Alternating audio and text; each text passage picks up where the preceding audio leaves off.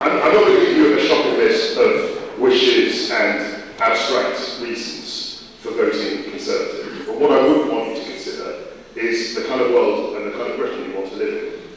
And what I would say about this government is that we've created more jobs in Britain than any other government since the war. And that is a fact. And the reason why we've done it is we've given good economic stewardship. Now, other parties may promise to the earth. They will give abstract reasons, they might even quote John Lennon, they might do all sorts of things. but from what I'm saying to you is that your future as a citizen of Great Britain is directly affected by this election next week. And you have a choice. You have a stark choice between a Conservative-led government, Conservative majority hopefully, which will offer economic security and economic good management, and what is frankly a coalition of chaos on the left and the centre, God knows whoever else. And it was a much better world in many ways. I mean, in terms of where we were in Britain.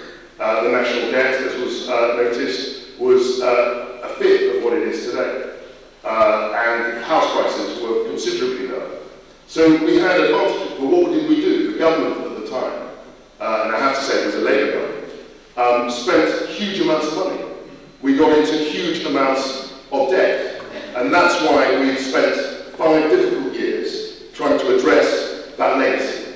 And I think we're just about getting to the point where we are tackling the debt, tackling the fiscal mess that was left behind, and we have another election. And the idea that somehow the solution is to go back to Labour with the SNP, because frankly, Labour are not going to get a majority next week.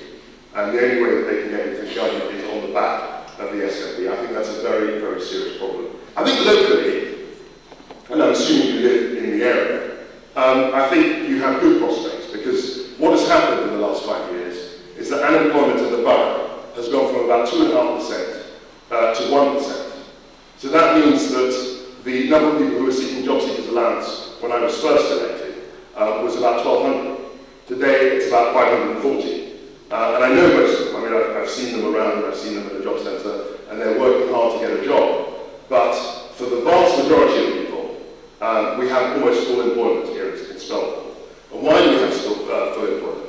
We have full employment because businesses like being here. They like being here because of the transport links, because of the motorway, because of the airport, because of the proximity to London. They like being here because, frankly, the Borough Council is supportive of business, and I'm not ashamed about that, because you're likely to be employed in a business or in the private sector in this borough. If you look at things like the Staines upon Thames Day, that was a very, very good day. Now, people like to live here, people like to work here, for lots of reasons, but I think the Borough Council does play a part in that.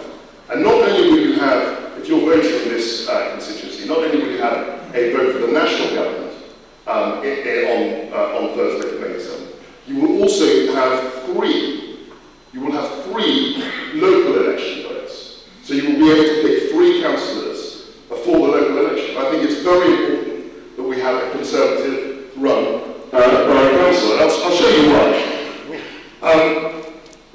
I mean, that's Labour. I